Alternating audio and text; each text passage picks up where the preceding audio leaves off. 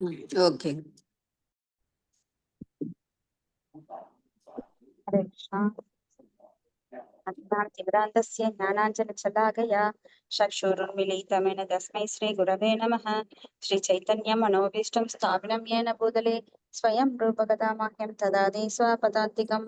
वन्देऽहं श्रीगुरु श्रीयुतपदाकमलं श्रीगुरून् वैष्णवां च श्रीरूपं साग्रजतं सगणरघुनाथान्वितं तं सजीवं सात्वैतं सावधूतं हरिजनसहितं कृष्णचैतन्यदेवं श्रीराधाकृष्णपादान् सहन ललिता श्री विशाखान्वितांस।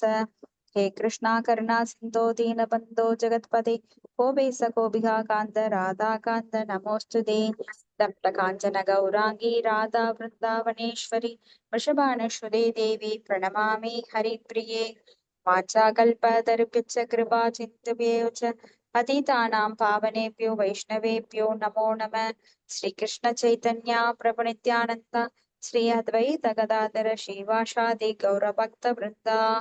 हरे कृष्ण कृष्ण कृष्ण हरे हरे हरे राम राम राम हरे हरे। नारायणं नमस्कृत्यं नरं चैव नरोत्तमं देवीं सरस्वतीं व्यासं ततो जयमुदीरयेत्। नष्टप्रायेषु अभद्रेषु नित्यं भागवत सेवया भगवती उत्तमश्लोके भक्तिर्भवति नैष्ठकी। मुखं करोति वाचालं पङ्गुं लङ्घायते यत्कृपातमहं वन्दे गुरुं दीनतारिणं परमानन्दं माधवं श्रीचैतन्यईश्वरम्। ॐ नमो भगवते वासुदेवाय। ॐ नमो भगवते वासुदेवाय। ॐ नमो भगवते वासुदेवाय। इस डिवाइन ग्रेस பக்தி வேதாந்த சுவாமி ஸ்ரீல பிரபுபாதிக்கு ஜெய். இன்னைக்கு 3வது காண்டம் 2வது அத்தியாயம், சாரி 3வது காண்டம் 2வது புத்தகம், அத்தியாயம் 20, பதம் 52. 53 மத்தாச்சி. சரிங்க மாதாஜி. ஓகே மாதாஜி இது முடிச்சிட்டோமா? இந்த இல்ல முடிக்கலைங்க மாதாஜி. ஓகே, ஒன்னே ஒண்ணுதான் இருக்கு இது ஸ்லோகம் 53 20வது அத்தியாயத்துல. சரி, 53வது பதம். தேப்யஸ்ன சைககச ஸ்வஸ்ய தேகஸ்யாம்சம் அதாத் அஜஹ யத்தத் சமாதி யோகர்த்தி தபோ வித்யா விரக்தி மத். படித்தாங்க மாதாஜி. படுது மாதாஜி. மொழிபெயர்ப்பு. அண்டத்தின் பிறப்பற்ற படைப்பாளர் ஒவ்வொரு பிள்ளைகளுக்கும் தன் உடலிலிருந்து ஒரு அங்கத்தை கொடுத்தார். அது ஆழ்ந்த தியானம், மனதை ஒழுங்குபடுத்துதல், இயற்கை கடந்த ஆற்றல், தவம், வழிபாடு மற்றும் துறவு ஆகியவற்றால் விரிந்துரைக்கப்படுகிறது. பொருளுரை. இந்த பதத்தில் விரக்திமத் என்னும் சொல் துறவரத்திற்கான தகுதி உடைமை ஆக்குதல் என்று பொருள் தருகிறது. தூய உணர்வு என்பது லோகாயத மனிதர்களால் பெற இயலாது. புலன் இன்பத்திற்கு அடிமையானவர்களால் தூய உணர்வு பெற இயலாது. ஜடவுலக உடைமைகளையும் ஜடவுலக இன்பத்தையும் தேடுவதில் பிடிப்புள்ளவர்களானால் கிருஷ்ணரை பற்றிய உணர்வு நிலையில் முழு ஈடுபாட்டை அடைய இயலாது என்று பகவத்கீதையில் கூறப்பட்டுள்ளது. ஒருவர் ஜடவுலக வாழ்க்கை அனுபவித்து கொண்டு அதே சமயம் புனித வாழ்வில் முன்னேறலாம் என்னும் பிரச்சாரம் போலியானது. துறவியின் கொள்கைகள் 4: முறையற்ற பாலுறவை விலக்குதல், புலாலுணுதலை விலக்குதல், மது அருந்துவதை விலக்குதல் மற்றும் சூதாட்டத்தை விலக்குதல். இந்த 4 கொள்கைகளும் தபஸ்ய அல்லது துறவு என்று அழைக்கப்படுகின்றது. கிருஷ்ணரை பற்றி உணர்வு நிலையில் மனம் மூழ்க ஆன்மீக உணர்வே வழியாகும். இவ்வாறு மைத்ரேயரும் விதுரருக்கும் இடையே உரையாடல் என்னும் தலைப்புடைய ஸ்ரீமத் பாகவதத்தின் 3வது காண்டம் 20ஆம் அத்தியாயத்தின் பக்தி வேதாந்த பொருளுரை முடிவடைகின்றது. ஹரே கிருஷ்ணா மாதாஜி. நன்றி மாதாஜி. தேங்க்யூ மாதாஜி. அப்போ அண்டத்தின் பிறப்பற்ற படைப்பாளர் அப்படின்னா, பிறப்பு அற்ற அப்படின்னா தாய் தந்தை மூலமாக பிறக்கவில்லை. பகவானுடைய நாபி கமலத்திலிருந்து பிறந்தார் பிரம்மா. அப்ப அவர் உடல்ல இருந்து ஒவ்வொரு பிள்ளைக்கும் தன் உடல்ல இருந்து ஒரு அங்கத்தை கொடுக்கிறார். அது ஆழ்ந்த தியானம், மனதை ஒருமுகப்படுத்துதல், இயற்கை கடந்த ஆற்றல், தவம், வழிபாடு, துறவு, இதெல்லாம் அதை நம்மளுக்கு பரிந்துரைக்குது. இப்ப இதெல்லாம் குவாலிஃபிகேஷன். ஆழ்ந்த தியானம், மனதை ஒருமுகப்படுத்துறது, இயற்கையை கடந்த ஆற்றல். இயற்கைனா என்ன? முக்குணம். முக்குணங்களால் ஆட்கொள்ளப்பட்டது இயற்கை. அப்ப அதை கடந்து வரணும் சுத்த சத்துவ நிலைக்கு. 3 குணங்களுக்கு அப்பாற்பட்ட சுத்த சத்துவ நிலை. அப்புறம் தவம், வழிபாடு, துறவு. எப்பவுமே பகவத்கீதையில பரிந்துரைக்கப்பட்டிருக்கு, தானம், தவம், யக்ஞம் என்றும் நிறுத்தப்படக்கூடாது அப்படின்னு. அப்ப இங்க வந்து அந்த துறவரத்துக்கு கூட தகுதி வேணும், தூய உணர்வு. அந்த தூய உணர்வு வந்து பௌதிகவாதிகளுக்கு இருக்கவே இருக்காது. ஏன்னா அவங்க ஆண் பெண் கவர்ச்சியில ஈடுபட்டவங்க. அப்ப இந்த ஜல உலக இன்பத்தை நிறுத்தினவங்க மட்டும்தான், இன்பத்தை தேடுறதை நிறுத்தினவங்க மட்டும்தான் கிருஷ்ண உணர்வை பெற முடியும். ஏஹி சம்பர்ச ஜாபோகா துகையோனைய ஏவதே ஆதியந்த வந்த கவுந்தேய நதேஷு ரமதே புதக அப்படின்னு 5வது அத்தியாயத்துல பகவத்கீதையில 22வது ஸ்லோகத்துல பகவான் சொல்றார். அப்ப ஜடப்புலனின் தொடர்பால் வரும் இன்ப துன்பத்திற்கு காரணம், இன்ப துன்பத்திற்கு என்ன இன்ப துன்பம் மாறி மாறி வர்றதுக்கு என்ன காரணம்? ஜடத்தின் தொடர்பால் நாம் ஈடுபட்டிருக்கிறது தான், ஜடத்தோட தொடர்புல ஈடுபட்டிருக்கிறது தான். ஆனா அறிவுடையவர்கள் அதுல பங்கு கொள்வது இல்லை. ஏன்னா இன்பத்திற்கும் ஒரு முடிவு இருக்கிறது, அது போல துன்பத்திற்கும் ஒரு முடிவு இருக்கிறது. அதனால அறிவுடையவன் வந்து அதுல ஈடுபடுறதே கிடையாது. இன்பம் துன்பம் இருமைகளை கடந்து அவன் வருகிறான். இந்த உலகத்துல உண்மையில இன்பமும் கிடையாது, துன்பம் கிடையாது, மனம் பரம் காரணம். இப்ப நம்ம ஒண்ணு கிடைக்கல அப்படின்னா நாம அது துன்பம்னு நினைக்கிறோம். ஒருவன் உடலை விட்டால் அது துன்பம்னு நினைக்கிறோம். ஆனா உடல் என்னைக்கும் நம்ம அறிய போறதுதான். அது பிறந்தப்பவே நம்மளுக்கு தெரியும், உடல் வந்து நிலையானதல்ல அப்படின்னு. சந்திரா மாதாஜி மியூட் போட்டுக்கோங்க. மியூட்ல தான் மாதாஜி இருக்கு. இல்ல இல்ல இப்பதான் நான் போட்டேன் நான் உங்களை. Okay, thank you Mataji. அப்புறம் இன்பம் துன்பம் இருமைகளை கடந்தவர்களால் தான் ஆன்மீகத்துல நிலை பெற முடியும். ஏன்னா அந்த இருமைகள் வந்து எதனால் ஏற்படுது அப்படின்னா நம்ம மனம் பரம் காரணம். ஒண்ணு கிடைக்கலன்னா நம்ம அதை துன்பம் நினைக்கிறோம். உண்மையில அது துன்பம் கிடையாது. ஆனா மனசு அப்படி நினைக்க வைக்குது, ஏங்க வைக்குது. ஒரு ஒரு இவ்வளவு குறிப்பிட்ட அமௌண்ட் எனக்கு வேணும் அப்படின்னு நினைக்கிறோம். நாம ஏதாவது போனா அந்த பொருளுக்கு ஆசைப்படுறோம், அது கிடைக்கல அப்படின்னா உடனே துக்கமாகுது. சோ இப்படி நம்ம மனம்தான் அதை உருவாக்குகின்றது அந்த சூழ்நிலைய. அது எனக்கு தேவையில்லை அப்படின்னு நினைச்சா அது துன்பம் கிடையாது. ஆனா அது தேவைன்னு நினைச்சா அது போல இன்னொருத்தர் நம்மளை அவமானப்படுத்தும் போதோ பேசும் போதோ நம்ம வந்து அதை உள் வாங்கிக்கலைன்னா அது நம்மளுக்கு துன்பம் கிடையாது. ஆனா அதை உள் வாங்கிக்கிறோம். இப்படி எத்தனையோ நாம எடுத்துக்காட்டு சொல்லிட்டே போலாம். அப்ப மனசுதான் நம்மளை துன்பப்படுத்துது. உண்மையில துன்பங்கிறது இந்த உலகத்துல அது பக்குவமா எடுக்கிறவங்களுக்கு துன்பமே கிடையாது. அடுத்தது அத்தியாயம் 21 மனுவுக்கும் கர்த்தமருக்கும் இடையே உரையாடல். பதம் 1. விதுர உவாச்ச ஸ்வயம்புவஸ்ய ச மனோர்வம்ச பரம சம்மதः கத்யதாம் பகவன் யத்ர மைதுனேனை திரே பிரஜாஹ. ஹரே கிருஷ்ணா. அல்லையா மாதாஜி? ஹரே கிருஷ்ணா மாதாஜி. ஹரே கிருஷ்ணா. மொழிபெயர்ப்பு. விதுரர் கூறினார், சுயம்பு மனுவின் பரம்பரை மிகவும் பெருமைக்குரியது. ஓ வணக்கத்துக்குரிய முனிவரே, புனர்தலால் பெருகிய சந்ததிகளை உடைய இந்த இனத்தை பற்றிய குறிப்புகளை தரும்படி உம்மை வேண்டுகிறேன். பொருளுரை. நல்ல மக்கள் தொகையை உற்பத்தி செய்யும் முறையான பாலுணர்வு வாழ்வில் ஈடுபட்டவர்களின் வரலாற்றை கேட்பதில் விதுரர் ஆர்வம் கொள்ளவில்லை. ஆனால் சுயம்பு மனுவின் சந்ததி பற்றி அறிய ஆர்வம் கொண்டார். ஏனெனில் அந்த பரம்பரையில் நல்ல பக்தியுள்ள அரசர்கள் தோன்றி தங்கள் மக்களை ஆன்மீக அறிவுடன் கவனமாக காப்பாற்றினர். அதனால் அவர்களின் செயல்கள் பற்றிய வரலாற்றை கேட்பதால் ஒருவர் அதிக அறிவொளி பெற்றவர் ஆகிறார். இந்த தொடர்பில் பரம சம்மத எனும் முக்கியமான சொல் பயன்படுத்தப்பட்டது. அது சுயம்பு மனுவால் படைக்கப்பட்ட சந்ததியும் அவர் பிள்ளைகளும் அனைவராலும் ஏற்றுக்கொள்ளப்பட்டனர். வேறு விதத்தில் கூறினால், முன்மாதிரியாக விளங்கும் மக்கள் தொகையை படைப்பதற்கான கல்வி வாழ்வு எல்லா முனிவர்களாலும் வேத இலக்கியத்தின் விற்பன்னர்களாலும் ஏற்றுக்கொள்ளப்படுகிறது. ஹரே கிருஷ்ணா மாதாஜி. தேங்க்யூ மாதாஜி. ஹரே கிருஷ்ணா. தேங்க்யூ மாதாஜி. அப்போ நல்ல மக்கள் தொகையை உற்பத்தி செய்யும் முறையான பாலுணர்வு வாழ்வில் ஈடுபட்டவர்கள் வரலாறு. இப்பவும் கலியுகத்துல நிறைய மக்கள் தொகை பெருக்கம் அப்படிங்கிறது ஒரு பெரும் பிரச்சனையா எல்லா நாடுகளுக்கும் இடையில இருக்குது. முக்கியமா சைனா, இந்தியா இதுல போட்டி போட்டுட்டு மக்கள் தொகை பெருக்கம் அதிகமா இருக்கு. அப்போ பன்னி கூட நிறைய குட்டி போட்டுக்குது. இதனால பெருமை கிடையாது. பன்றி நம்ம தெருவுல பார்த்திருப்போம். அது எப்பவுமே சாக்கடையில தான் ஊறிட்டு இருக்கும். அது மலத்தை தான் சாப்பிடும். அது போல இங்க மக்கள் தொகை பெருக்கம் அப்படிங்கிறது மக்கள் தொகை பெருக்கம் அப்படிங்கிறது ஒரு ஒரு பாராட்டப்படக்கூடிய விஷயம் கிடையாது.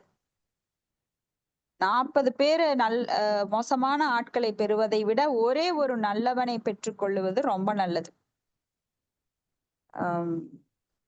அப்போ கௌரவர்கள் 100 பேர் இருந்தாங்க.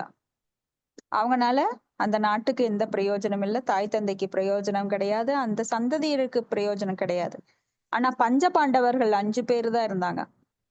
ஆனா முத்து முத்தாக அவங்க எல்லாருக்கும் உபயோகமா அவங்க மகாபாரத போரில் வென்று சிறந்த தலைவர்களாக யுதிஷ்டரின் தலைமையில் அங்க ஆட்சி புரிய வேண்டும் அப்படின்னு பகவான் கிருஷ்ணர் விரும்பி அந்த பகவத்கீதை அதுல நாம பார்த்திருக்கோம். யுதிஷ்டரை தலைமையாக வைத்து ஆட்சி அமைய வேண்டும், அதுதான் உலகுக்கு நல்லது அப்படின்னு கிருஷ்ணரே அவருக்கு பதவி வர்ற மாதிரி செஞ்சார். சோ 1000 பிள்ளைகள் என்னோட பெயர் சொல்லணும் அப்படின்னு எந்த பெற்றோரும் விரும்ப மாட்டாங்க. ஒரே பிள்ளை போதும், நல்ல பிள்ளையா இருக்கணும் அப்படின்னு. இது மாதிரி நம்ம வரலாற்றுகள்ல பல முன்மாதிரிகளே சம்பவங்கள் எல்லாம் நாம பார்க்கலாம்.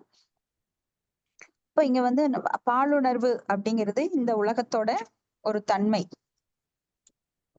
இப்ப இங்க முதல் மனுவான சுயம்பு மனு, அவரோட பரம்பரையில வர்ற அந்த சந்ததிகளை பற்றி விதுரர் ரொம்ப கேட்க ஆசைப்படுறார். இததான் மைத்ரேயர் விதுரருக்கு சொல்றார். ஏன்னா மைத்ரேயர் விதுரர் மூலமாக இங்க பாகவதமானது நம்மளுக்கு நிறைய செய்திகள் கிடைக்கின்றது. பாகவதமே முழுமையா பார்த்தோம் அப்படின்னா கேள்வி அதற்குரிய பதில், கேள்வி அதற்குரிய பதில், கேள்வி அதற்குரிய பதில் அப்படின்னு தான் நம்மளுக்கு வருது. சோ சுகதேவ கோஸ்வாமி கிட்ட பரிஷித் மகாராஜா கேள்வி கேட்கிறார். அந்த இடத்துல சூத கோஸ்வாமி இருக்கிறார். அடுத்தது சூத கோஸ்வாமி ஒரு பக்கம் பாகவதம் அடுத்தது பேசுறார். சௌனக முனிவர்கள் அங்க கூடி இருக்கிறாங்க. சௌனக முனிவர் தலைமையில சூத கோஸ்வாமி முன்னாடி பல முனிவர்கள் கூடி இருக்கிறாங்க. அப்ப அவங்க எல்லாம் கேள்வி கேட்கிறாங்க. அப்புறமா இது மாதிரி கேள்விகள் கேட்கப்பட்டு விதுரருக்கு மைத்ரேயர் சொல்றார், இப்படி கேள்வி பதிலாக நம்மளுக்கு பாகவதம் தொகுக்கப்படுகின்றது. பாகவதமானது அமல புராணம், வைஷ்ணவானாம் பிரியம். அப்ப இங்க இந்த கேள்விகள் கேட்பதன் மூலமாக பகவானுடைய சக்திகள் என்ன, பகவானுடைய பக்தர்கள் என்னென்ன லீலை பண்றார், பக்தர்களுடன் எப்படி லீலை பண்றார், பகவானுடைய பக்தர்களை பற்றி கேட்பது மிக மிகவும் விசேஷமானது. அப்ப இதுல பகவானை பற்றிய விஷயம், பக்தர்களை பற்றிய விஷயம் மட்டுமே ஒரு தொகுப்பாக நம்மளுக்கு சொல்லப்பட்டிருக்கு. அப்ப பாகவதம் இந்த மாதிரி அவங்க கேள்வி கேட்டு கேட்டு நம்மளுக்கு பல விஷயங்களை நம்மளுக்கு சொல்றாங்க. அப்ப இங்க பரம சம்மத அப்படிங்கிற சொல் ரொம்ப முக்கியமானது. சுயம்பு மனுவால் படைக்கப்பட்ட சந்ததி அவரது பிள்ளைகளும் எல்லோராலும் ஏற்றுக்கொள்ளப்பட்டது. இப்போ ஒரு பிள்ளை பேர் சொல்லும் பிள்ளை அப்படின்னு யார சொல்றாங்க? ஒரு குடும்பத்துல நல்ல குழந்தைகள் அவங்க தன் தகப்பன் பெயரை நிலைநாட்டுவாங்க. இவங்க பெத்த பையன் அப்படின்னு சொல்லுவாங்க. அந்த பையனை விட இவங்களோட வாரிசு அப்படின்னு சொல்லுவாங்க. அந்த பெயர் சொல்லும் பிள்ளை அந்த பரம்பரையிலேயே அவங்களுக்கு ஒரு பெயர் கிடைக்கும். எப்படி பிரகலாத் மகாராஜா மூலமா அசுரராக இருந்தாலும் அசுர குலமாக இருந்தாலும் பிரகலாத் மகாராஜா மூலமா ஹிரண்யகசிபு எவ்வாறு பெயர் பெற்றார் அப்படின்னு நம்ம வரலாற்றுல பாக்குறோம். அது போல ஒவ்வொரு குடும்பத்திலையும் துஷ்டர்களை பெற்றுக்கொள்ளும் பெற்றோர்கள் அவமானப்பட்டு ஏண்டா நீ பிறந்த, இந்த குடும்பத்துக்கு மோசமான ஒரு வாரிசு அப்படின்னு சொல்லுவாங்க. ஆனா நல்ல பிள்ளைகளை பெறும்போது அவங்களே பெயர் சொல்லும் வாரிசாக இருப்பாங்க. சொத்து யாரும் சொல்றது கிடையாது, இவ்வளவு சொத்து சேர்த்து கொடுத்தான் எங்க பரம்பரைக்குன்னு. பெயர் சொல்லும் பிள்ளை அப்படின்னு தான் சொல்லுவாங்க. இந்த பரம்பரையிலேயே பெயர் சொல்ற அளவுக்கு இவன் வாழ்ந்தான் அப்படின்னா என்ன, கோடிக்கணக்கா வச்சு வாழ்ந்தான்னு கிடையாது. அவங்க நல்ல அற்புத செயல்களை செஞ்சிருப்பாங்க. அது போல இங்க ஸ்வயம்பு மனுவோட பரம்பரையில இவர் 2 பசங்க வருவாங்க, ஒரு பெண். அப்படி அவங்க உத்தம பாதர், இப்படி அவங்க பரம்பரையில வந்து பெயர் சொல்லும் அளவுக்கு பக்தியில எடுத்துக்காட்டா வருவாங்க. அதைத்தான் இங்க கேட்கிறார் விதுரர். அடுத்தது பதம் 2. பிரியவிரதன். பிரியவிரதன், உத்தம பாதர் அவங்கெல்லாம். அப்ப பிரியவிரத தோத்தனா பாதௌ சூதௌ ஸ்வயம்பூ வஷ்ய வை யதா தர்மம் சுகூபது சப்த த்வீபவதீம் மஹிம். படிக்கிற மாதாஜி. ஹரே கிருஷ்ணா. படிங்க. மொழிபெயர்ப்பு பொருளுரை வழங்கியவர் தேவதிராச பக்தி வேதாந்த சுவாமி பிரபுபாதருக்கு ஜெய். ஸ்வயம்பு மனுவின் இரு சிறந்த புதல்வர்களான பிரியாவரதரும் உன்னத பாதரும் மத கொள்கையின்படி 7 தீவுகளை கொண்ட இந்த உலகை ஆட்சி செய்தனர். பொருளுரை. ஸ்ரீமத் பாகவதம் அண்டத்தின் பல்வேறு பகுதிகளை ஆண்ட சிறந்த அரசர்களை பற்றிய வரலாறு ஆகும். இந்த பதத்தில் ஸ்வயம்புவு மனுவின் புதல்வராக பிரியாவரதன், உன்னத பாதர் என்னும் பெயர்கள் குறிப்பிடப்பட்டுள்ளன. அவர்கள் 7 தீவுகளாக பிரிக்கப்பட்ட இந்த பூமியை ஆண்டார்கள். இந்த 7 தீவுகளும் இன்றும் உள்ளன. அவை யாவன: ஆசியா, ஐரோப்பா, ஆப்பிரிக்கா, அமெரிக்கா, ஆஸ்திரேலியா, வட தென் துருவங்கள் ஆகியவை ஆகும். ஸ்ரீமத் பாகவதத்தில் இந்திய அரசர்களின் கால கணிப்பு முறை சார்ந்த வரலாறு இல்லை. ஆனால் பிரியாவரதர், உத்தன பாதர் போன்ற முக்கிய அரசர்களின் செயல்கள், பிரபு ராமச்சந்திரர் மற்றும் மகாராஜா யுதிஷ்டர் ஆகிய அரசர்களின் செயல்கள் பதிவு செய்யப்பட்டுள்ளன. ஏனென்றால் இந்த பக்தியுள்ள அரசர்களின் செயல்களை கேட்க தகுதியானவை. மக்கள் அவர்களின் வரலாற்றை படிப்பதால் பயனடைவார்கள். ஹரே கிருஷ்ணா மாதாஜி. நன்றி மாதாஜி. ஹரே கிருஷ்ணா. தேங்க்யூ மாதாஜி. ஹரே கிருஷ்ணா. அப்போ ஸ்ரீமத் பாகவதத்துல அண்டத்தின் பல்வேறு பகுதிகளை ஆண்ட சிறந்த அரசர்களை பற்றி வரலாறு. அப்போ இங்க வந்து பிரம்மாவின் மகன் வந்து ஸ்வயம்பு மனு. இப்படி பிரம்மாவோட பகல்ல 14 மனுக்கள் தோன்றுகிறார்கள். அந்த மனுல முதல் மனு வந்து ஸ்வயம்பு மனு. அவருக்கு பிறந்ததுதான் உத்தானபாதர், பிரியவிரதன். அவங்கெல்லாம் வந்து முதல்ல பரத கண்டம் அப்படின்னு சொல்லிக்கிட்டு, இன்னைக்கு மாதிரி கிடையாது. ஆஸ்திரேலியா, ஐரோப்பியா எல்லாம் தனித்தனியா பிரிஞ்சு கிடையாது. பரத கண்டம் அப்படின்னா ஒன்னா இருந்தது. இந்த உலகமே வந்து பரத கண்டம் அப்படின்னு பரத அரசர்கள் தலைமையின் கீழ் ஆளப்பட்டது. அதுக்கப்புறம் தான் இது வந்து ஆசியா, ஐரோப்பியா, அமெரிக்கா இந்த மாதிரி 7 பிரிவா பிரிக்கப்பட்டது. அப்புறம் அவங்கவுங்க நாங்க எங்க நாட்டை ஆடுறோம்னு ஒவ்வொன்னா சிறு சிறு பகுதிகளா துண்டு ஆகி பல அரசர்கள் வந்துட்டாங்க. ஆனா முதல்ல வந்து ஒரே ஒரு அரசர். அவர் யாருன்னா, எப்படி பரத மகாராஜா நாம பாக்குறோம், அவர் பெயரால்தான் அந்த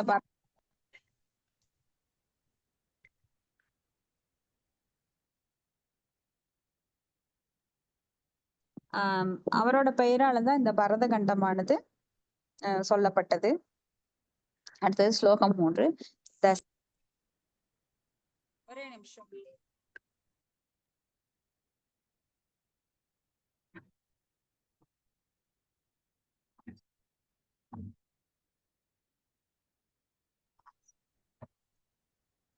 ஹரே கிருஷ்ணா மாதாஜி. கேக்கல மாதாஜி. ஹரே கிருஷ்ணா. வெளியே போயிருக்காங்க. ஓ சரி சரி. ஹரே கிருஷ்ணா. பிரபு போன் பண்ணார். சாரி மாதாஜி. கிருஷ்ணா பிரபு போன் பண்ணாரு. அடுத்தது ஸ்லோகம் 3. தஸ்யைவ இதுஹிதா பிரம்மன் தேவஹூதி விஸ்ருதா பத்னி பிரஜாபதேருக்தா கர்த்தமஸ்ய த்வயானக. நான் படிக்கிறேன் மாதாஜி. படிக்கிறேன் மாதாஜி. மொழிபெயர்ப்பு. ஆசா பக்தி வேதாந்தர் சுவாமி சிலர் பிரபாத் கி ஜெய். ஓ புனித பிராமணரே, ஓ பாவமற்றவரே, படைக்கப்பட்ட பொருள்களின் தலைவராக கர்த்தம முனிவருடைய மனைவியாக தேவகூதி என்னும் பெயருடைய அவரது மகனை பற்றி பேசுவீர்கள். பொருளுரை. இங்கு நாம் ஸ்வயம்பு மனுவை பற்றி பேசுகிறோம். ஆனால் பகவத்கீதையில் வைவஸ்தய மனுக்களை பற்றி கேள்விப்பட்டிருக்கிறோம். நிகழ்கால வைஸ்வத மனுவை சேர்ந்தவை ஆகும். ஸ்வயம்பு மனு முன்னால் ஆட்சி புரிந்தவர்கள். அவர்களுடைய வரலாறு வராக காலத்தில் தொடங்கியது அல்லது பகவான் காட்டுப்பன்றி வடிவத்தில் தோன்றிய காலத்தில் தொடங்குகின்றது. பிராமணருடைய வாழ்வில் ஒரு நாளில் 14 மனுக்கள் உள்ளன. ஒவ்வொரு மனிதனுடைய வாழ்விலும் குறிப்பிட்ட நிகழ்ச்சிகள் நடந்துள்ளன. பகவத்கீதையில் வரும் வைவஸ்த மனு ஸ்வயம்பு மனுவிலிருந்து வேறானது. ஹரே கிருஷ்ணா மாதாஜி. நன்றி மாதாஜி. ஹரே கிருஷ்ணா மாதாஜி. தேங்க்யூ மாதாஜி. அப்ப ஸ்வயம்பு மனு வந்து முதல்ல வர்றாரு, அதுக்கப்புறம் வைவஸ்த மனு, இப்படி 14 மனுக்கள் வர்றாங்க. அவங்க எல்லாம் இப்ப ஸ்வயம்பு மனு அப்படின்னா வராக காலத்தில் அவருடைய அவருடைய வாழ்க்கை நடந்திருக்கு. எப்ப பகவான் வந்து வராக அவதாரத்துல காட்டுப்பன்றி வடிவுல வர்றாரோ அப்போ. அப்ப இந்த மாதிரி பிரம்மாவோட பகல்ல 14 மனுக்கள், அந்த மனுக்கள் காலத்துல எல்லாம் ஒவ்வொரு குறிப்பிட்ட நிகழ்ச்சி நடந்திருக்கு. இப்ப பகவத்கீதையில் வரும் வைவஸ்த மனு ஸ்வயம்பு மனுவிலிருந்து வேறானவர்.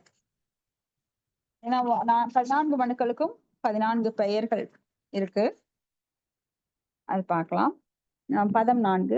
தஸ்யாம் சவை மகாயோகி யுக்தாயாம் யோக லக்ஷணை சர்வஜ சர்ஜ கதிதா வீரியம் தன்மே சஸ்ரூஷவே வதக. நான் படிக்கலாம். படிக்கிறேன். படிங்க மாதாஜி. ஏசி பக்திவேதாந்த சுவாமி ஸ்ரீல பிரபுபாதருக்கு ஜெய். பதம் 4. யோக கொள்கையில் 8 வித நிறைவினை பெற்ற இளவரசியின் மூலமாக சிறந்த யோகி எத்தனை குழந்தைகளை பெற்றார்? தயவு செய்து இதை சொல்லுங்கள். இதை கேட்க ஆவல் கொண்டுள்ளேன். பொருளுரை. இங்கு விதுரர் கர்தம முனிவர் அவர் மனைவி தேவசூதி ஆகியோரின் குழந்தைகளை பற்றி விசாரித்தார். தேவசூதி 8 வித யோகத்தை நிகழ்த்துவதில் மிகவும் முன்னேறியவள் என்று இங்கு வர்ணிக்கப்படுகிறது. யோக நிகழ்ச்சிகளில் 8 பிரிவுகள் பின்வருமாறு வர்ணிக்கப்படுகின்றன. அவை 1 புலன்களின் கட்டுப்பாடு, 2 விதி ஒழுங்குமுறைகளை கண்டிப்பவர்களை கண்டிப்பாக பின்பற்றுதல், 3 வேறுபட்ட அமரும் நிலைகளை பயிற்சி செய்தல், 4 மூச்சை அடக்குதல், 5 புலனுக்குரிய பொருள்களிலிருந்து புலன்களை விடுவித்தல், 6 மனதை ஒருமுகைப்படுத்தல், 7 தியானம், 8 தன்னை அறிதல் ஆகியவை ஆகும். தன்னை அறிதலுக்கு பிறகு யோக சித்திகள் எனப்படும் மேலும் 8 நிறைவான நிலைகள் உள்ளன. கணவனும் மனைவியுமான கர்தரும் தேவசுதியும் யோக பயிற்சியில் முன்னேறியவர்கள். கணவன் ஒரு மகா யோகி, சிறந்த அறிவர். மனைவி ஒரு யோக லட்சணை அல்லது யோகத்தில் முன்னேறியவள். அவர்கள் இணைந்து குழந்தைகள் பெற்றார்கள். முற்காலத்தில் தங்கள் வாழ்வை முழுமையாக்கி கொண்ட பின்னர் சிறந்த முனிவர்களும் தூய்மையானவர்களும் குழந்தைகள் பெறுவது வழக்கம். அட்டப்படி அவர்கள் மனத்துறவின் விதிமுறைகளையும் ஒழுங்கையும் கண்டிப்புடன் அனுசரித்தனர். அறிவு கடந்த ஆற்றலும் தன்னை அறிதலும் முழுமையடைவதற்கு பிரம்மச்சரியும் மனத்துறவின் விதிமுறைகளையும் ஒழுங்கையும் பின்பற்றுதல் வேண்டப்படுகிறது. வேத நூல்களில் ஒருவன் தான் விருப்பம் போல் தன்னுடைய விளையாட்டுத்தனமான எண்ணத்துடன் ஜட உலகை புலனை திருப்தியை அனுபவித்துக் கொண்டே இருக்க முடியும். அதே சமயம் கயவன் ஒருவனுக்கு பணத்தை கொடுப்பதன் மூலம் சிறந்த தியானம் செய்பவராகலாம் என்பது பரிந்துரைக்கப்படவில்லை. ஹரே கிருஷ்ணா மாதாஜி. தேங்க்யூ. ஹரே கிருஷ்ணா. தேங்க்யூ மாதாஜி. இப்ப இங்க வந்து 8 வித நிறைவினை பெற்ற இளவரசியின் மூலமாக சிறந்த யோகி எத்தனை குழந்தைகளை பெற்றார்? அப்ப இங்க வந்து தேவஹூதி, கர்த்தவ முனிவர் இவங்களை பத்தி கேட்கிறார். கர்த்தவ முனிவர் வந்து சிறந்த பக்தர். அதனால ஒரு பக்தருக்கு அந்த அஷ்டாங்க யோகம் செஞ்ச அந்த காலங்கள்ல, அந்த யுகங்கள்ல அவங்க அஷ்டமா சித்தி அப்படிங்கிற 8 விதமான சித்திகளை பெற்றிருப்பார்கள். அந்த யோகத்தினோட ஸ்டேஜ் எல்லாம் நம்மளுக்கு தெரியும். ஏற்கனவே நம்ம பகவத்கீதையில படிச்சிருக்கோம். யம, நியம, ஆச்சன, பிராணயாமா, பிரத்யங்காரா, தியான, சமாதி அப்படின்னு 8 விதமான நிலைகள் இருக்கு. அந்த 8 விதமான நிலைகள்ல சக்சஸ் ஆகி ஒருத்தர் வந்து சமாதி நிலைக்கு போகும்போது அவருக்கு 8 விதமான அஷ்டமா சித்திகள் அவருக்கு அப்படியே தானா அவங்களுக்கு வந்து அந்த தகுதியும் வந்துடுது. 8 விதமான சித்திகள் அவங்களுக்குள்ள தேர்ச்சி பெற்றிருக்கிறார்கள். அந்த 8 விதமான சித்திகள் என்ன? அனிமா, மகிமா, லஹிமா, ஈசித்வா, பிரகாமியா, இப்படி 8 விதமான சித்திகள் அவங்களுக்கு வந்துடும். சோ அதன் மூலமா அவங்க பல நிலைகளை அடைய முடியும். சின்னதுல சின்னதாகலாம், பெரியதுல பெரியதாகலாம், நினைத்ததையெல்லாம் நிறைவேற்றலாம், கூடு விட்டு கூடு பாயலாம், இப்படி பல சித்திகள் இருக்கு. அப்ப அவங்க எப்படி அந்த மாதிரி குழந்தை பெத்துக்கிட்டாங்க? சிறந்த முனிவர்களும் தூய்மையானவர்களும் குழந்தை பெறுவது வழக்கம். அந்த காலத்துல முனிவர்கள் அப்படின்னா அவங்க வந்து நித்திய பிரம்மச்சாரி அப்படிங்கிற நிலை கிடையாது. கிரகஸ்தராகவும் இருக்கலாம், கல்யாணம் பண்ணிக்கலாம். ஆனா ஏன்னா அந்த காலத்துல இந்த மாதிரி மனுக்கள் எல்லாம் உருவாக்கி மனு சம்ஹிதை அப்படிங்கிற நம்மளுக்கு சட்ட நூல்களை எல்லாம் மனுக்கள் மூலமாக பெறப்பட்டு அவங்க வந்து பிரஜாபதிகளா கூட இருந்தாங்க. இப்ப பிருகுமுனி அவரெல்லாம் கூட பிரம்மாவோட புத்திரர் தான். அப்ப மனுக்கள் 14 மனுக்கள் இருக்காங்க பாருங்க. சுயம்பு மனு, ஸ்வரோசிகா மனு, உத்தம மனு, ரைவத மனு, சாக்ஷு மனு, வைவஸ்வத மனு, தாமச மனு, சாவர்ணி மனு, சாவர்ணி மனு, பிரம்ம சாவர்ணி மனு, தர்ம சாவர்ணி மனு, ருத்ர சாவர்ணி மனு, தேவ சாவர்ணி மனு, இந்திர சாவர்ணி மனு 14 மனுக்கள் பகவான் இவரு பிரம்மதேவரோட பகல்ல ஒரு பொழுதில் தோன்றுகிறார்கள். இப்ப பிரம்மாவோட ஆயுட்காலமானது மிக மிக மிக நீண்டது, பல மில்லியன் ஆண்டுகள். அப்ப இந்த ஸ்வயம்பு மனுங்கிறது தான் முதல்ல தோன்றார். நம்ம போன ஸ்லோகத்துல பார்த்தபடி வைவஸ்த மனு அப்படிங்கிறவர் பின்னாடி வர்றார், 6வது 7வது வர்றாரு. இப்ப வேத நூல்களில் ஒருவன் தன் விருப்பம் போல் தன் விளையாட்டுத்தனமான எண்ணத்துடன் ஜடவுலக புலன்களை திருப்தி செய்து கொண்டே இருக்க முடியும். அதே சமயம் கயவன் ஒருவனுக்கு பணத்தை கொடுப்பதன் மூலம் சிறந்த தியானம் செய்பவராகலாம் அப்படின்னு பரிந்துரைக்கப்படவில்லை. இப்ப நிறைய பேரு தியானம்ங்கிற பேர்ல நிறைய யோகா சென்டர்ஸ் நடத்துறாங்க. உண்மையில அது தியானமே கிடையாது. ஏன்னா உடலுக்குள் உரியது அல்ல. உடலை வந்து அப்படி வளைங்க இப்படி வளைங்க, சூனியத்தை தியானம் பண்ணுங்க, என்னென்னவோ தியானம் நிறைய பேரெல்லாம் வச்சுக்கிறாங்க. இது செஞ்சீங்கன்னா உங்களுக்கு நல்லது நடக்கும், அது நடக்கும், இது நடக்கும்னு மக்களை ஏமாற்றுகிறார்கள். இவ்வளவு பணம் தந்தா உங்களுக்கு தீட்சை தந்துடுறேன். அப்ப தீட்சை அப்படிங்கறதுக்கு ஒரு மகிமையே இல்லாம போச்சு. அவங்க எல்லாம் முட்டாள்தனமா நிறைய யோகா சென்டர்ஸ் வச்சு நடத்துறாங்க. ஆனா கிருஷ்ண உணர்வு தான் உண்மையான யோகம். யோகம் என்றால் யுஜ், அதாவது பகவானுடன் இணைவது. இணைவதுன்னா அருவஜோதியில இணையறது கிடையாது, பகவானை பற்றிய தூய்மையான எண்ணத்தில் இணைவது. இப்ப நாமெல்லாம் யோகா பண்ணிட்டு இருக்கோம்.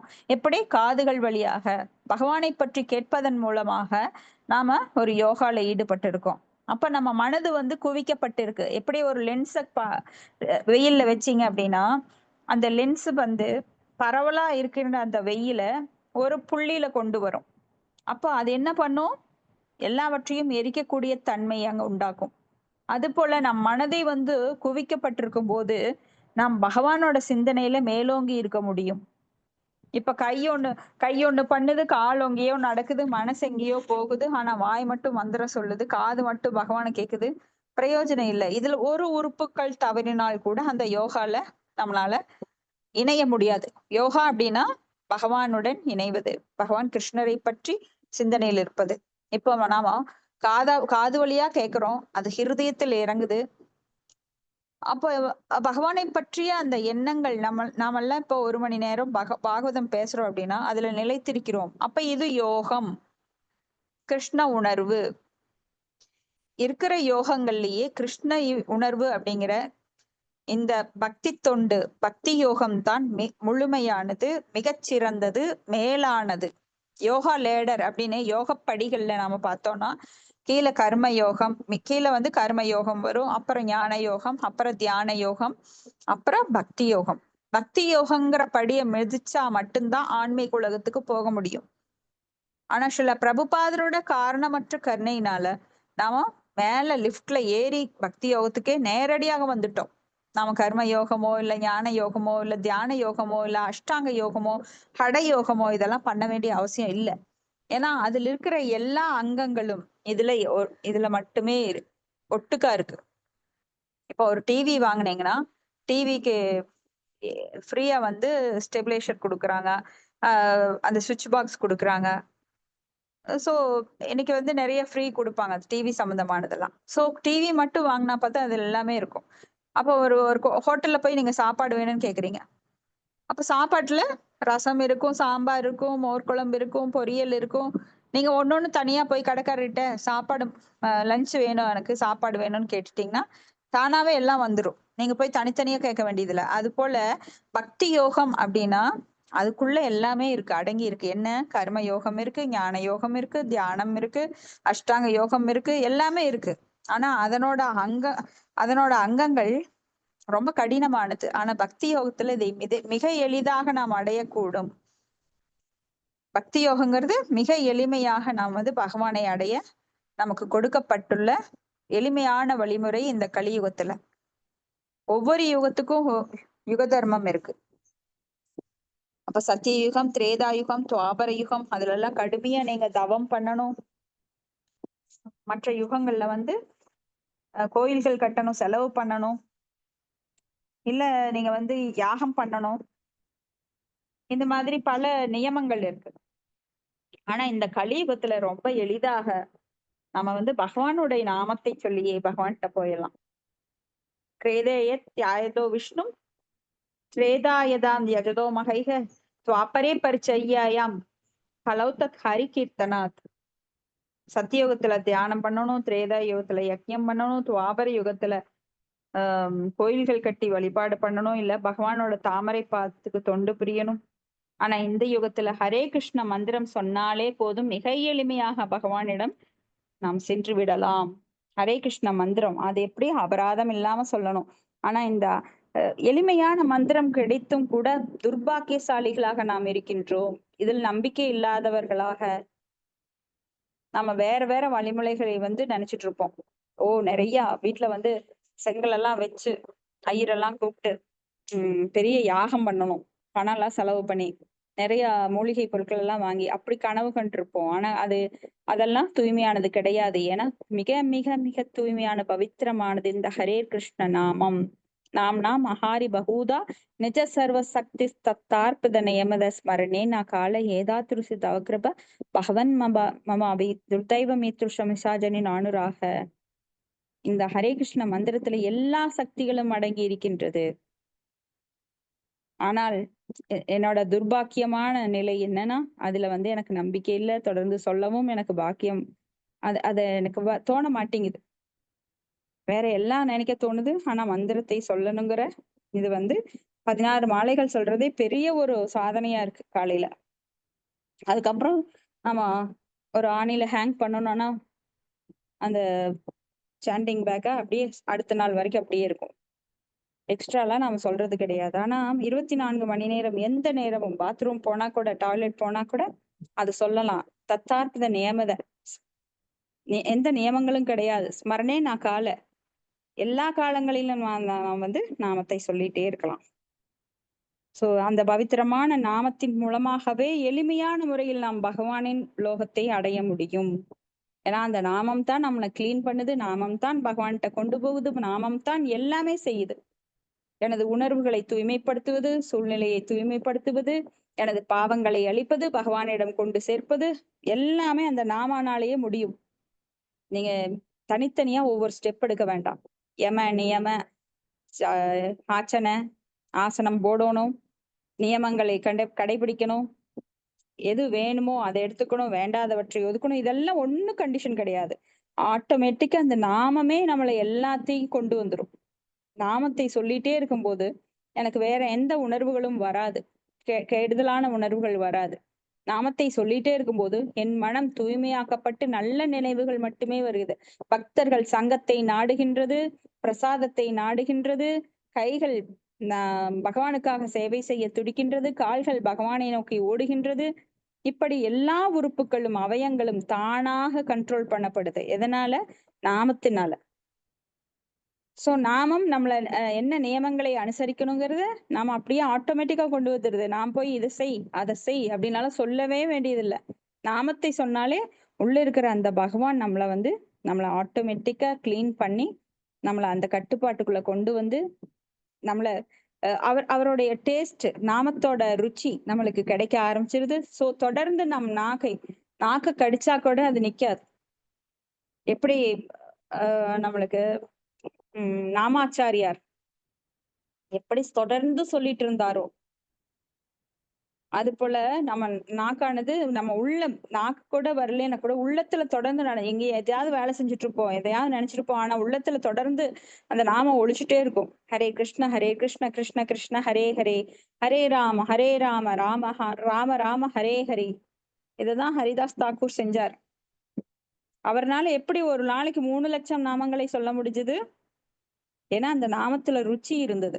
அவர் அவ்வளவு தூய்மையா இருந்தார், தூய பக்தரா இருந்தார். அப்ப நம்ம வந்து நம்மளை தூய்மைப்படுத்திக்கிறதுக்காக சொல்லணும். நமக்கு பக்தி அடுத்த ஸ்டெப் தான். Spontaneous love. அது வர்ற வரைக்கும் நாம திரும்ப திரும்ப நாமாவை சொல்லிட்டே இருக்கும் போதுதான் அந்த பகவானுடைய அன்பு இன்னும் மேலும் மேலும் பெருகி அந்த பிரேமை நிலையை அடைய முடியும். சோ அதுக்கு கொஞ்சம் பொறுமையா நாம ஆஹ் உற்சாகத்தோட பக்தியில பக்தர்களோட இணைய வேண்டும். பக்தர்களோட சங்கம் இல்லாம பக்தியில முன்னேறவே முடியாது, சாத்தியமே கிடையாது. அடுத்தது பதம் 5. ருச்சிரியோ பகவான் பிரம்மன் தசோவா பிரம்மண சூதக யதா சஜ பூதானி லப்த்வா பார்யாம் ச மாணவீம். ஹரே கிருஷ்ணா. ஹரே கிருஷ்ணா. படிங்க. மொழிபெயர். ஓ புனித முனிவரே, சுயம்பு மனுவின் மற்ற 2 பெண்களை தங்கள் மனைவியராக அடைந்த பின்னர் வணங்கத்தக்க ருசியும் பிரம்மனின் மகன் தக்ஷனும் எவ்வாறு குழந்தைகளை படைத்தனர் என்று எனக்கு கூறுங்கள். பொருளுரை. படைப்பின் தொடக்கத்தில் மக்கள் தொகையை அதிகரித்த சிறந்தவர்கள் எல்லோரும் பிரஜாபதிகள் என்று அழைக்கப்படுகின்றனர். பிரம்மாவும் அவருக்கு பின்னால் பிறந்த பிள்ளைகளில் சிலரும் பிரஜாபதி எனப்படுகின்றனர். சுயம்பு மனுவும் பிரம்மனின் மற்றொரு பிள்ளையான தக்ஷனைப் போலவே பிரஜாபதி எனப்படுகிறார். சுயம்பு மனு ஆகூதி பிரசூதி என்ற 2 பெண்களை பெற்றார். பிரஜாபதி ஆகூதியும் தக்ஷன் பிரசூதியையும் மணந்து கொண்டனர். இந்த தம்பதிகளும் அவர்கள் குழந்தைகளும் முழு அண்டத்தையும் குடியேற்ற எண்ணற்ற குழந்தைகளை உற்பத்தி செய்தார்கள். விதுரரின் வினா என்னவென்றால், தொடக்கத்தில் அவர்கள் எவ்வாறு மக்களை பெற்றார்கள் என்பதாகும். ஹரே கிருஷ்ண மாதாஜி. ஹரே கிருஷ்ணா மாதாஜி. அப்போ பன்றிகள் குட்டி போடுவது போல மக்கள் தொகையை பெருக்கவில்லை. அன்றைய காலத்துல பிரம்மா வந்து பிரஜாபதிகளை உற்பத்தி பண்ணினார். அதன் மூலமா மக்கள் தொகையை பெருக்கம் பண்ணினார். அப்போ பிரஜாபதிகள் அப்படின்னா தக்ஷனை வந்து தக்ஷ பிரஜாபதின்னு சொல்லுவாங்க. அப்ப அவர் மட்டும் பிரஜாபதி கிடையாது, சுயம்பு மனுவும் பிரஜாபதி தான். ஏன்னா பிரம்மா வந்து தனது படைப்பு தொழிலில் உதவி செய்யணும் அப்படிங்கறக்காக சுயம்பு மனு இந்த மாதிரி பிரஜாபதிகளை எல்லாம் படைத்து அவர்கள் மூலமா அந்த உயிர்வாளிகளை பெருக்கினார். அப்ப இங்க வந்து ருச்சி தக்ஷன் அவங்க எப்படி இதுல ஈடுபட்டாங்க, மக்கள் தொகை பெருக்கத்துல எப்படி அவங்க வந்து பிரம்மாக்கு உதவினார்கள் அப்படின்னு கேக்குறாரு. அப்போ சுயம்பு மனுக்கு வந்து ஆகூதி பிரசூதி 2 பேரு பெண் குழந்தைகள் இருந்தாங்க. அவங்க வந்து பிரஜாபதி ஆகூதியையும் தக்ஷன் பிரசூதியையும் மணந்துட்டாரு. இப்போ தக்ஷனுக்கும் பிரசூதிக்கும் தான் பார்வதி தேவி குழந்தையா பிறக்குறாங்க. அப்ப அந்த தக்ஷன் வந்து சிவபெருமானை மாப்பிள்ளையா அடைகிறாரு. அப்போ அந்த தக்ஷன் வந்து எப்படி தன்னோட மண்டை கணத்து அந்த பொய் அகங்காரத்தினால மண்ட கணத்தினால சிவனை அவமதித்து தன்னுடைய உடலை விட்டு நீங்கிறார் அப்படிங்கறதெல்லாம் நாம பார்க்க போறோம் 4வது கேண்டோல. அடுத்தது இங்க பதம் 6.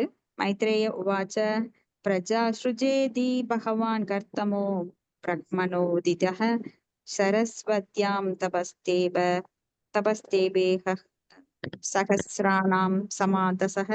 யாராச்சும் இருக்காங்களா மாதாஜி படிக்காதவங்க? நான் படிக்கிறேன் மாதாஜி. படிங்க மாதாஜி, படிங்க மாதாஜி. மொழிபெயர்ப்பு. மைத்ரேயர் கூறினார், பகவான் பிரம்மதேவரால் குழந்தைகள் பெற ஆனந்த கர்த்தம முனிவர் 10,000 ஆண்டு காலத்திற்கு சரஸ்வதி நதியின் கரையில் தவம் செய்தார். கர்த்தம முனிவர் முழுமையை அடைவதற்கு முன் 10,000 ஆண்டுகள் யோகத்தில் தியானம் செய்தார் என்பது இங்கு அறிவதற்கு உரியது. அதுபோல வால்மீகி முனிவரும் முழுமை அடைவதற்கு முன் 60,000 ஆண்டுகள் யோக தியானம் செய்தார் என்று நாம் அறிகின்றோம். அதனால் யார் நீண்ட ஆயுள் பெற்றவரோ, அதாவது ஒரு 100,000 ஆண்டுகள் அவரால் யோக பயிற்சியை வெற்றியுடன் நிகழ்த்த முடியும். இந்த வழியில் யோகத்தில் முழுமையடைய இயலும். வேறு வழியில் உண்மையான முழுமையை அடைவதற்கு இயலாது. விதிமுறைகளை பின்பற்றுதல், புலன்களை கட்டுப்படுத்துதல், பல்வேறுபட்ட நிலைகளில் நிஷ்டையில் அமர்தல் ஆகியவை வெறும் தொடக்க நிலை பயிற்சிகள் ஆகும். தினமும் 15 நிமிடங்கள் தியானம் செய்து முழுமையடைந்து பகவானுடன் இணைய முடியும் என்று கூறப்படும் போலியான யோகத்தால் மக்கள் எவ்வாறு கவரப்படுகிறார்கள் என்பது நமக்கு தெரியாது. இந்த காலம் கலியுகம், பொய்மையும் சண்டையும் நிறைந்த காலம். உண்மையில் இத்தகைய பயனற்ற கருத்துக்களால் யோக முழுமை அடைய இயலாது. வேத இலக்கியம் 3 முறை தெளிவாக வற்புறுத்தி கூறுகிறது. இந்த கலியுகத்தில் ராகௌ நாஸ்தி ஏவ நாஸ்தி ஏவ நாஸ்தி ஏவ ஹரே நாமா என்னும் பகவானின் புனித நாமத்தை உச்சரிப்பதை தவிர வேறு ஒன்றும் உறுதியானது இல்லை. ஹரே கிருஷ்ணா. தேங்க்யூ மாதாஜி. ஹரே கிருஷ்ணா. தேங்க்யூ மாதாஜி. அப்போ இங்க வந்து பிரம்மதேவரால் குழந்தைகள் பெற ஆணையிடப்பட்ட கர்த்தவ முனிவர் 10,000 ஆண்டுகள் சரஸ்வதி நதிக்கரையில தவம் செய்கிறார். சோ கர்த்தவ முனிவரும் அந்த மக்கள் தொகை பெருக்கத்திற்கு உதவ பிரம்மாவோட கட்டளைப்படி அவர் வந்து உடனே குழந்தை பெத்துக்கல. இப்ப வந்து கலியுகத்துல சிஸ்டமேட்டிக்கா வெறும் உடல் உறவால் மட்டுமே குழந்தைகள் பெற்றுக்கொள்கிறார்கள். ஆனா அப்பெல்லாம் தவத்தால் குழந்தைகள் பெற்றாங்க. தவம் இருந்து தங்களை பக்குவப்படுத்தி பக்குவமான குழந்தை பெற வேண்டும் அப்படிங்கிறது அவங்க நினைச்சாங்க. இன்னைக்கு மாதிரி பன்றிகள் போல குழந்தை பெற்றுக்கொள்ளுவது கிடையாது. அப்போ ஒரு குழந்தை பெற்றுக்கொள்வதற்கு முன்னால் தான் எப்படி இருக்க வேண்டும்? நானே இங்க வந்து ஒண்ணுமே தெரியாது, ஆன்மீக அறிவே கிடையாது. அதாதோ பிரம்ம ஜிக்ஞாசா, பிரம்மத்தை பற்றிய ஆய்ந்தறிவே எனக்கு கிடையாது. அப்ப நான் ஒரு குழந்தை பெத்துக்கிறேன் அப்படின்னா எனக்கு பிறக்கிறது எப்படி பன்றிக்கு பிறக்கிற மாதிரி தான் இருக்கும். குழந்தை பெத்துக்கிறது முக்கியம் இல்லை, ஆனா எப்படிப்பட்ட குழந்தையை பெற்றுக்கொள்ள வேண்டும், அது பிற்காலத்தில் எப்படி இருக்க வேண்டும், அப்படி பிளான் பண்ணணும். இப்ப யாருமே குழந்தை பெத்துக்கிறதுக்கு பிளான் பண்றதே கிடையாது. கர்ப்பதான சமஸ்காரம் போன்ற தூய்மைப்படுத்தும் சடங்குகள் செய்வது கிடையாது. ஏதோ ஒரு உடலுறவு கல்யாணம் அப்படிங்கிற ஒரு சட்டம், அந்த சட்டத்தின் மூலமாக ஒரு ஆண் பெண் கவர்ச்சியில இணைகிறார்கள், குழந்தை பெற்றுக் கொள்கிறார்கள், அவ்வளவுதான். அப்புறம் உண்பது, உறங்குவது, உடலுறவு கொள்ளுவது, தன்னை தற்காத்து கொள்ளுவது, நிறைய சம்பாதிக்கணும், அப்புறம் செத்து போகணும். வாழ்க்கையோட குறிக்கோள் என்ன? ஒண்ணுமே தெரியாது. எதுக்காக பிறக்கிறோம், நாம ஏன் வாழ்றோம், எங்கிருந்து வந்தோம், எங்க போகணும், இந்த உடலை விட்டு ஆத்மா எங்கு போகின்றது, ஒண்ணுமே தெரியாது. நானும் பிறந்துட்டேன், நானும் இன்னொரு உயிரை வந்து இன்னொரு உயிருக்கு உடல் கொடுக்குறேன். நாம கொடுக்கறது கிடையாது, கடவுள் கொடுக்கிறார். ஆனா அந்த குழந்தைக்கு, அந்த ஆத்மாவுக்கு நாம என்ன செஞ்சோம்?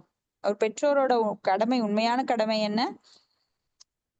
அந்த குழந்தைக்கு எப்படி கடவுளுடைய லோகத்தை அடைவது என வழிகாட்டுவதுதான் உண்மையான கடமை. அப்படி இல்லைன்னா தாயோ அல்லது தந்தையோ அல்லது குருவாகவோ இருக்க முடியாதுன்னு பாகவதத்துல அடிச்சு சொல்லப்பட்டிருக்கு. ஆனா இந்த கலியுகத்துல எப்படி இருக்காங்க மக்கள்? பிரேயனால் அல்பாயுசக சப்யகலா வஸ்மின் யுகே ஜனாக மந்தாக சூமந்த மதையோ மந்த பாக்கிகி உபத்ருதக. அப்ப இங்க கலியுகத்தோட தன்மை என்ன? இங்க இருக்கிறவங்க எல்லாம் மந்த புத்தி படைத்தவர்கள், அற்ப ஆயுள் உள்ளவர்கள், அல்ப ஆயுசக பிரேயனால் அல்பாயுசக சப்யகலா வஸ்மின் யுகே ஜனாக மந்தாக சூமந்த மதையோ, மந்த புத்தி படைத்தவர்கள், சூமந்த மதையோ மந்த பாக்கியகி உபத்ருதக, பாக்கியமற்றவர்கள், உபத்திரங்கள் கொண்டவர்கள், சண்டை பிரியர்கள். இப்படி மக்கள் வந்து இந்த கலியுகத்துல ரொம்ப மோசமா இருப்பாங்க. ஏன்னா இப்ப சில 100 வருடங்களுக்கு முன்னாடி, 100,000 ஆண்டுகளுக்கு முன்னாடி யோக பயிற்சி வந்து எப்படி இருந்தது? முழுமை அடையணும் அப்படின்னா அங்க வந்து விதிமுறைகளை பின்பற்றணும், புலன்களை கட்டுப்படுத்தணும், பல்வேறு நிலைகள்ல நிஷ்டையில் அமரணும். இது எல்லாமே தொடக்க பயிற்சி தான். எப்படி உக்காரணும், என்ன ஆசனம் போடணும், அதுக்கெல்லாம் அவங்களுக்கு காலம், இதெல்லாம் ஒவ்வொன்றும் கத்துக்கிறதுக்கே 100 வருஷம் ஆகும். அப்ப அந்த காலங்கள்ல சத்தியயுகத்துல 1,00,000 வருடங்கள் ஆயுட்காலம் இருந்தது. சத்தியயுகத்துக்கு அப்புறம் திரேதா யுகம், அதுல வந்து 10,000 ஆண்டுகள் வாழ்வின் ஆயுட்காலம் இருந்தது. துவாபர யுகத்துல 1000 ஆண்டுகள் இருந்தது. அதனால யம நியம ஆச்சன பிராணயாமன போன்ற பல அங்கங்களை அவங்களால செய்ய முடிஞ்சது. ஆனா இந்த யுகத்துல இருக்கிற 100 வருஷம், அதுலயும் 80 வருஷம், அதுல எப்படி இத்தனை நியமங்களை பின்பற்ற முடியும்? சான்ஸே கிடையாது. ஏன்னா அந்த 8ல 1 செய்யறக்கே நம்மளுக்கு 100 வருடங்கள் ஆகும், பல 100 வருடங்கள் ஆகும். அப்படின்னா அப்ப நம்ம எப்படி இருக்கிற 80 வயசுக்குள்ள நம்ம அத்தனை பண்றது? அப்ப முடியாது. ஏன்னா இந்த களியொரு பக்கம் மத்தளத்துக்கு 2 பக்கம் அடிங்கிற மாதிரி, ஒரு பக்கம் களியால அடி, இன்னொரு பக்கம் மாயினால் அடி. அதனால இந்த கலியுகத்துல அது முடியாது. அப்போ என்னதான் பண்ண முடியும் இந்த கலியுகத்துல? அப்ப நம்மளுக்கு பிரம்மன் ஆரதிய புராணம் சொல்றது என்னன்னா, ஹரே நாம ஹரே நாம ஹரே நாம இவ கேவலம் கலவு நாஸ்தேவ நாஸ்தேவ நாஸ்தேவ கதிரண்யதா. பகவானுடைய திருநாமம் ஒன்றே வழி ஒன்றே வழி ஒன்றே வழி, அதை தவிர வேறு வழி இல்லை வேறு வழி இல்லை வேறு வழி இல்லை. ஏன்னா ஒரு தடவை சொன்னா அது சத்தியம், 2 தடவை சொன்னா அது பரம சத்தியம், 3 தடவை சொன்னா அதற்கும் மேல உண்மை சத்தியம் பரம சத்தியம். பரம சத்தியத்துக்கு மேல எதுவும் கிடையாது. அதனாலதான் கோர்ட்ல 3 தடவை சொல்றாங்க, நான் சொல்வதெல்லாம் உண்மை, நான் சொல்வதெல்லாம் உண்மை, நான் சொல்வதெல்லாம் உண்மை. இப்ப நம்மளுக்கு வேத இலக்கியம் சொல்லியிருக்கு, வேதங்கள் தான் நமக்கு தாய் போன்றது. அப்ப தாய் சொல்லி தட்டக்கூடாது, தாய் சொல்றதுதான் உண்மை. சோ இந்த மந்திரத்தை தவிர வேறு வழி இல்லை வேறு வழி இல்லை வேறு வழி இல்லை. நீ நம்பினாலும் நம்பாட்டி சரி, கண்ணை மூடிட்டு சூரியன் கிடையாது எல்லாம் இருட்டுங்க அப்படின்னு யார் சொன்னாலும் அவங்களுக்குதான் கேடு. சோ வேத இலக்கியங்கள் சொல்லுவதை மறுப்பவர்கள் அந்த மாதிரிதான், கண்ணை மூடிட்டு வேதம் இல்ல கடவுள் இல்ல அது இல்லைன்னு சொல்றவங்க எல்லாம் அவங்களுக்கு அவங்களே தலையில மண்ணை போட்டுக்கிறாங்க, தன்னை முட்டாள்களாக்கி கொள்கிறார்கள், ஏமாற்றுகிறார்கள், அடுத்தவர்களையும் ஏமாற்றுகிறார்கள். ஆனா உண்மை என்னைக்கு உண்மைதான், பொய்யாகாது, பொய் என்னைக்கு உண்மையாகாது. சோ பகவானுடைய திருநாமத்தை மீண்டும் மீண்டும் இந்த பாகவதம் வலியுறுத்துகின்றது. அப்ப பகவானுடைய திருநாமமே நமக்கு எல்லாவற்றிற்கும் விடிவு காலம். ஹரே கிருஷ்ணா. இதை இதோட முடிச்சுக்கலாம். இப்ப பிரபு வருவாரு, அதுக்குள்ள நாம ஏதாவது சந்தேகம் இருந்தா நாம டிஸ்கஸ் பண்ணலாம். ஹரே கிருஷ்ணா.